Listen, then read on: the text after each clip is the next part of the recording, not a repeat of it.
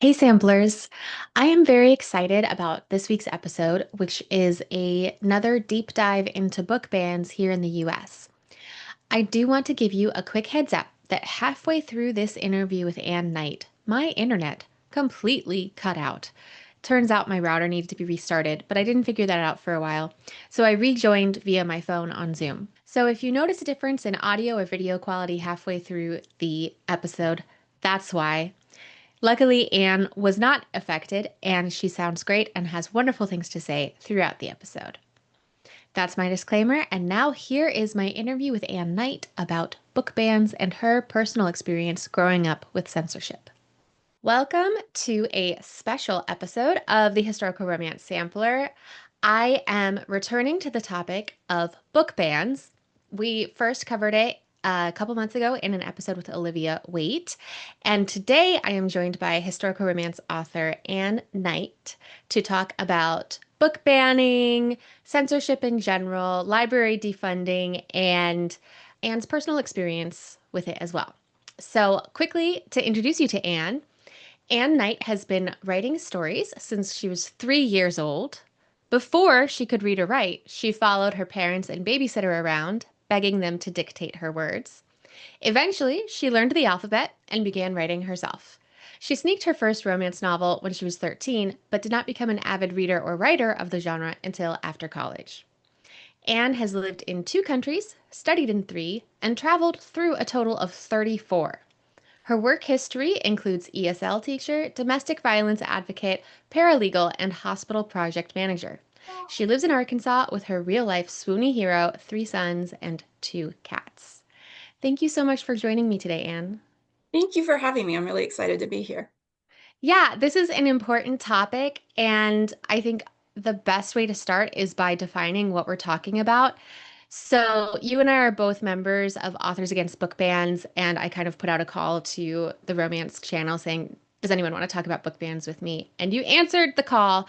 And so when we talk about book bans, I think we're kind of using it as an umbrella term. How do you want to anchor that term for this conversation? Yeah, well, I would like to, as you said, an anchor term and drill a little bit deeper into one book banning. And then the other side would be either what people can call soft bans or really library defunding, because that's what's happening a lot in my state, specifically in some of the states around where I live. So, book banning typically is found in public library systems or school library systems where a book is challenged for whatever reason by a member of the community, and the school board or the teachers or administration decide to pull that off the shelf, and it is no longer available for the children or to the general public to read. And that has seen a rise, especially since 2021, specifically with groups like Moms for Liberty, which was formed in Florida in 2021 to go around and challenge a lot of books in school libraries that specifically show characters of color and LGBTQ characters. The other half tends to be library defunding, which I said happens a lot in my area of the country. And that is when no books are specifically called out. However, the county government, the state government, whichever level is, conservative and worried about these books being available for consumption, they will either punish a library by pulling their funding for refusing to follow their demands, or they'll just preemptively start pulling things around to make sure that libraries no longer and librarians no longer have the power to, defy whatever they want to be. So, like a few examples in my state of library defunding was in 2023, a county judge illegally fired the head librarian of the county system. Illegally, because the judge does not have the authority to do that. It would be a library board.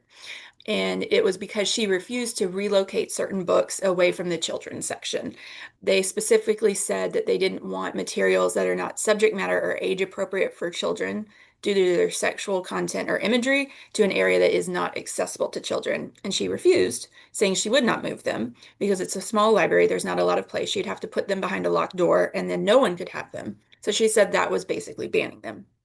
And they fired her. And there is now a lawsuit where she's represented by the ACLU. And then, like in 2022, there was a library up in a different county of my state, very rural, who had a gay pride exhibit beside the entrance to the children's section. And I imagine it was a lot of YA and children's stuff since it was located by the entrance to the children's section. A group got very angry about it, said that was inappropriate sexual material for children. And so later that year, where it was the millage tax for elections, one of the local things was, do we want to continue this millage tax to keep funding the library at, I don't know, like $4 million? And so they basically put on a misinformation campaign telling the locals in the county the library has, $6 million in savings. They did not need the millage tax. We need to cut it. And so they did. The elections, the millage tax was voted down. And what that actually meant was the library lost half of its funding pretty much overnight. And they had to cut 15 librarians. They had to end programs that went to nursing homes and daycares. And they had to cut a lot of hours. So it's been about 3 years and they still haven't been able to vote that funding back in. So a Mm. lot of these are very like punitive measures against librarians and libraries who want to keep books available. Or then our state legislature voted to try to get rid of the school or the state library board so that they could move oversight of all the libraries under the governor and the executive branch. And there would not be like that level of expertise of librarians who really knew what they were doing and could protect local and rural libraries from a lot of these book banning efforts. Yeah. Thank you for that overview. It is such a local fight. I have learned when you pay attention, there are different counties, there are different towns, there are different states.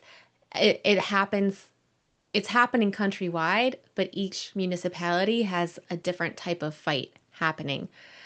And I just want to call out that, we established in the conversation with Olivia how librarians are not just like some random person choosing books, but they're highly trained, highly educated, and they're already using industry level selection practices to determine what's in the library and what is displayed where and what is age appropriate.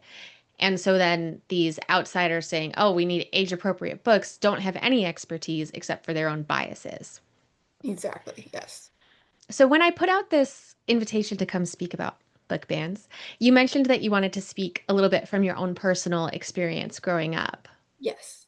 Yes. So what was your experience as a reader, as a child, looking for books, and what kind of censorship did you face? hmm So most of my teenage years was all of my teenage years was before this rise in like actual political book banning of 2020 and 2021. So my experience has just been like within my family and my church community and all of that, the what you might call like soft banning. And so when I was 11, my parents joined a highly conservative fundamentalist church and it has ties to some different kind of cult-like organizations. It's the same group with that the Duggar family has their ties with. So like I've met the Duggars a few times, all of that, and a lot of my friends were raised very similarly to the Duggars. My parents were like kind of on the outskirts of that kind of cult mentality because they wanted me to go to college and they cared about all of their children going to college. So we were never like fully a part of it just because the rest of the group didn't like that my parents put an emphasis on education, not just for children in general, but also their daughters. So that was kind of the environment I was in. My mom wanted to read everything that I was interested in before I read it to see if it was appropriate. She was not able to because I was a very fast reader and I'm the oldest of six.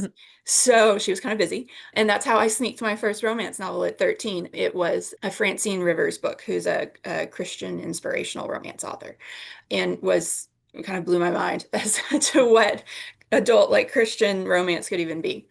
And so, what that looked like on a practical level is one, my mom wouldn't let me check books out of the library if she felt like there was going to be more than a few vague kisses in them. And so, I definitely sneaked things when I could. And then, also, for example, some of my best friends, we were all encouraged to read a lot of historical fiction. And so there's this book my friend had about Lady Jane Grey. And before they were allowed to read it, their mom went through with a Sharpie and she would mark out like anything involving kisses or like anything that had like any sort of sensual imagery, anything like that. And I mean, it was not going to be that explicit. at all. So we would grab a lamp and we would hold the page up to the lamp so that we could read through the Sharpie. Because obviously it was taboo, so we needed to know why it was taboo. And I was homeschooled. When I was in 11th grade, we were in a co-op for like world literature and history. And the teacher used to be like a teacher before she had kids and started homeschooling her own.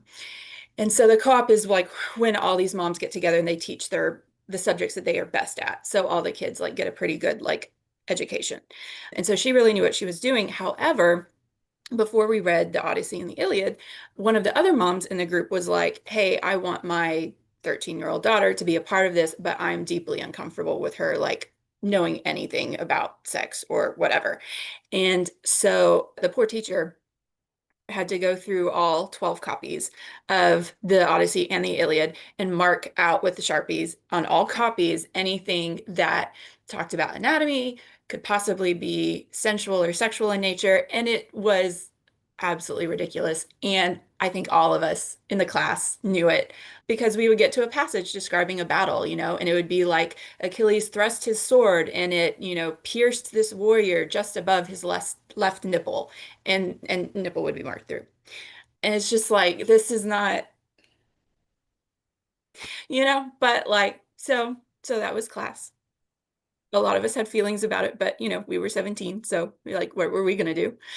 And then I remember going to homeschool conferences where some of the speakers would, pull a book out and like read a passage out loud and be like, "Can you believe you're letting your 12-year-old read this? If you have this in your shelves at home, go throw it away, go burn it." And it would scare a lot of the parents because they hadn't read the book, or at least not all of it, or, the passage was probably pulled out of context.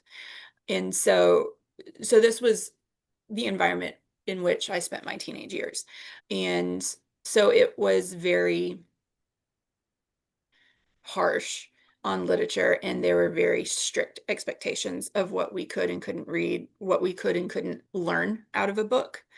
And on top of that, I know that some authors view the book banning because it started in schools as kind of a children's author issue, but it is not. It is truly not, because we know that this kind of white Christian nationalist movement just takes one bite at a time and moves, right? And we don't want to be the frog in the pot that slowly boils, because I know exactly what all their talking points are, right? I grew up with it and I understand where we're going and I understand what the end goal is, and that would be to ban all romance novels for public consumption. And of course, they're usually, they couch it in words of, safety for children, right?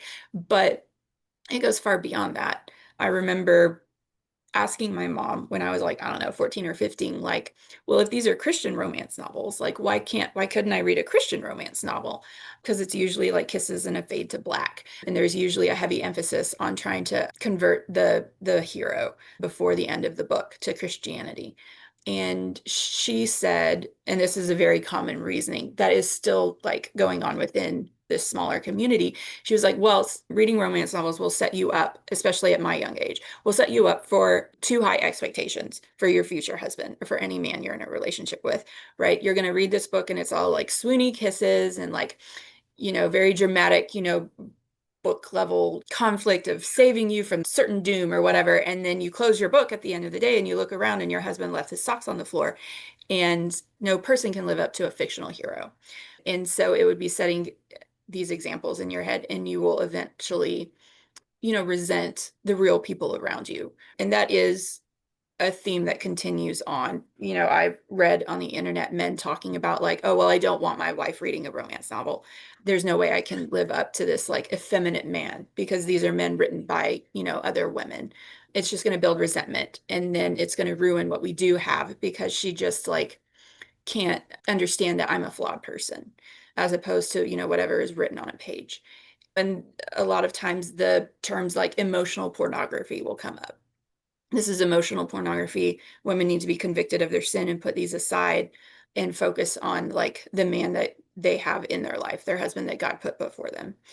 Some people will just straight up say, well, romance novels are pornography for young girls. And even Christian romance novels, specifically from like inspirational lines, they would argue that that's the same. So this is very much something that affects romance authors, right? We cannot be like, oh, well, they're just focusing on school libraries. It's fine. They are not. That's just where they're beginning. And, we should recognize that their end goal is truly to get rid of any book that they don't like. They'll start with ones with sexual content or what they deem sexual content, right? But in the end, it's going to be every author's fight because fundamentalism is about power and control. And not just control of a person, but control of knowledge. Because if you learn things, then you start questioning everything else, and they can't have that. Right, right. It's chilling. Um, I'm curious, you know, you said that your parents really prioritized sending all their children to college, but they also adopted this putting you through homeschool in Mhm. an environment where there was censorship of the texts that you were reading for school as well as the texts that you were reading for fun. How did you feel that that prepared you or didn't prepare you for the college education that you went on for? I felt very prepared for college, honestly. I went to a Christian liberal arts university with an emphasis on humanities and social sciences and all of that, which is what drew me there, right? I had a political science major and a journalism minor. And my parents cared very much about academic rigor, right? In like the typical subjects you learn. One of the reasons that they chose to homeschool was we often lived in school districts that were not known for their excellence. And so just like on an academic kind of knowledge level, I was ready and I don't have any regrets about that. And in some ways, I was more prepared than others because even though my parents had this very strict, rigid idea of sheltering their children from the outside influences of the world, they did care about, cultivating curiosity and intelligence and questions, right? So even though I wasn't allowed to read like any, young adult novel off the library shelf, like I was still, by the end of high school, like I was reading, Plato's Republic and some excerpts of Nietzsche's books. And that was something that my parents did want me to grow into. And so they encouraged like the natural curiosity I had. So my personality and my natural interest, I think, protected me from some of the worst consequences that can have from being in this environment. And then you can see today, like I am a romance author. Like Yeah. it clearly did not stick, right? Like once I was in college, like I definitely left. And my parents also changed to an extent as well. My parents would look back on that and be like, yeah, that was not great. They Right. would change some of those decisions, I think, today if they could. Yeah. There's so much fear around sex and the physical body that even the physical body in non-sexual instances needs to be censored. I guess, as a romance community, we have so much sex positivity. It sometimes feels so impossible to understand the gap, but you've crossed that bridge. So, do you have any insight from getting from a place where you weren't allowed to even read them to getting to a place where you're writing and publishing them that might be insights we can all use for connecting empathetically with each other?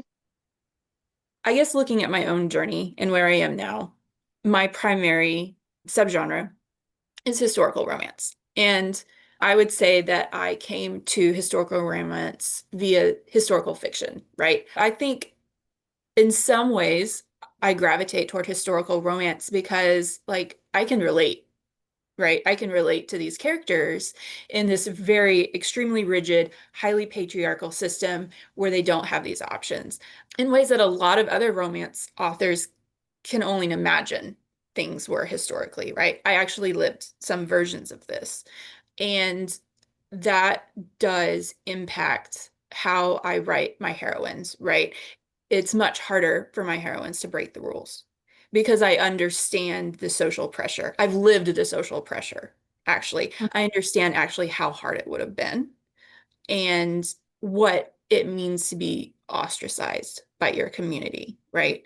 I understand like as a teenager, I would live in fear of making, a mistake, it getting around the other girls seeing it, it would get around the parents, and then all of a sudden, like, no one would want to be friends with me anymore, right? Because I was rebellious or I was independent or, I was boy crazy or whatever. And so I think I understand that rigid kind of expectation that was put upon women historically. And then the desire to go to college when that was considered like a countercultural, radical shift, a move. My parents always wanted me to go to college. They always supported me. They just straight up told me I was going. They didn't give me an option. But but a lot of my friends were told, "Oh, you're not going to go to college. You're not going to go to college." And then all of a sudden they were 18 and then the parents were like, "Oh, well, no man is waiting in the wings to marry her. So actually, I guess she has to go to college." And they were put into college completely unprepared. And they really did flounder. They really didn't know, they weren't ready with algebra or biology. They didn't have some of the social skills to like interact with people who disagreed with them or lived different, lives Mhm. because it is so insular, right?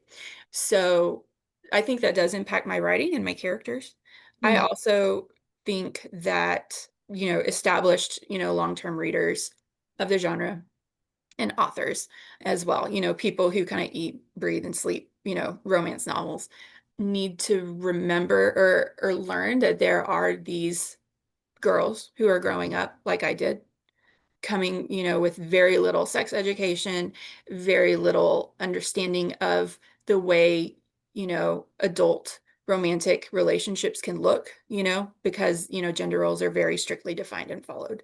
Learn and realizing that like these, not that romance novels or any novel has to be prescriptive, right? Not that any like couple has to be like relationship goals because fiction is a place where we can be messy and we can look at different dynamics and different people and moralities, but knowing that there is a segment of society of these teenage girls and young adults growing up without an understanding, without a framework of sexual ethics or different possibilities for relationship dynamics, and it can be a great opportunity to say, look at this big wide world, here's one fictional example of what you could pursue, right? And that that made a pretty big impact on me going into college. I watched the Law and Order SVU a lot for some reason when I was in college. I don't know why. And I learned so much more about sexual ethics from watching that show than I ever learned from like my parents, church, anything, right? And I learned more about how to navigate tricky, dynamics and situations. And I think romance novels can also do that in a way that's very centric to, I don't want to say centric to women because romance novels are for everyone. But, a large portion of them are written by women with women audience in mind and learning to celebrate, women's pleasure, women's independence, all of that is very freeing. It was Mhm. freeing for me, and I want to pass that on to any other readers who stumble across my books in the future. And I think it can be helpful for other authors to keep that in mind too, that there are these people out there who might become the readers from this background. Thank you so much for sharing your personal experience. Knowing that this is happening and it's increasing since 2021 and even from 2024 into 2025, it's increasing. Do you have any thoughts for what the average historical romance reader in the US can do to help fight back against library defunding or book banning in general? Yeah, absolutely. Well, firstly, I would like to say that I am very ticked off. I left these people, and how dare they come after me? Like, I am so angry when I think about how hard I worked to get away. And I thought, oh, these are just like fringe crazy people, right? Like I left. It's a cult. By definition, a cult is insular and doesn't spread, right? And so I'm just really ticked off. They're not allowed to follow me, and it just makes me very angry that they did. But as for what an average reader can do, well, one, an author can join Authors Against Book Bans, and an illustrator, and I think editors as well. And so I highly recommend that. For your average reader, what I would say is learn what's going on specifically in your community. A lot of times there's nonprofits or groups called, Friends of your local library. Join that, and you can be in the loop on whatever difficulties the library is facing, especially considering a lot of the federal funding that they're trying to strip through the IMLS grants. You can learn more about like how that's going to impact your specific local library and what you can do to help kind of fill in that gap, whether it's, volunteering shifts or whether it's running a donation opportunity to keep the libraries fully funded, whether it's being aware to spread the issues to other people. For schools, I would just be more involved and learn about what the school library is facing. You can be aware of any bannings or challenges that come up. There's stories of just anyone who's not even a parent just walking into the school. In Texas, I heard that there was just some person who walked in and they had 900 books on a list, 900 books. And we're like, this isn't acceptable. I want any of these taken out of the library. I'm like, that's disingenuous at best. And so being involved, so you would hear about these things when they happen, and so you can respond.